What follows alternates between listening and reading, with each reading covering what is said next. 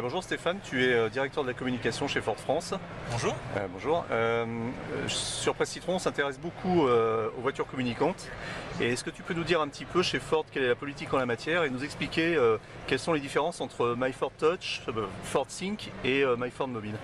En fait, Sync, MyFord Touch, MyFord Mobile sont des interfaces de communication qui permettent de multiples applications dans un véhicule Ford aux États-Unis et en Europe très bientôt. Par exemple, MyFord Touch, c'est la gestion de l'interface tactile de la voiture.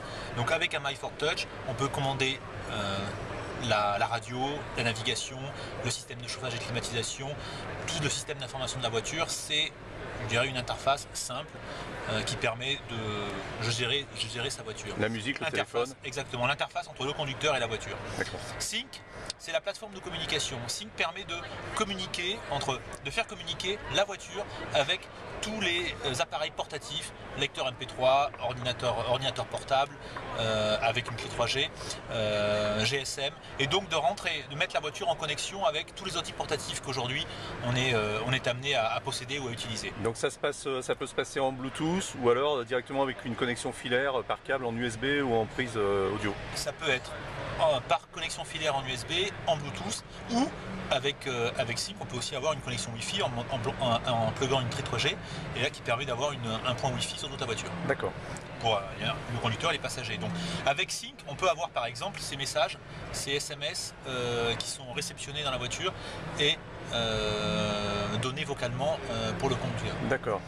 Puis ensuite on a MyFord Mobile qui est une application spécifique qui permet de communiquer avec la Focus électrique dans un premier temps, et puis dans un second temps ça sera étendu à d'autres modèles hybrides et hybrides rechargeables, peut-être à d'autres modèles aussi de la gamme.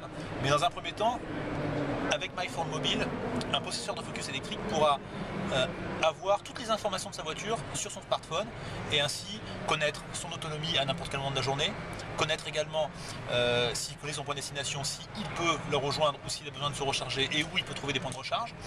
Il pourra également programmer sa voiture, par exemple s'il veut partir à un départ à 7h le matin, faire en sorte que le système de climatisation de la batterie se mette en route un petit moment auparavant pour que la voiture soit totalement opérationnelle au moment où il prendra la route, faire en sorte d'ouvrir ou de fermer sa voiture à distance.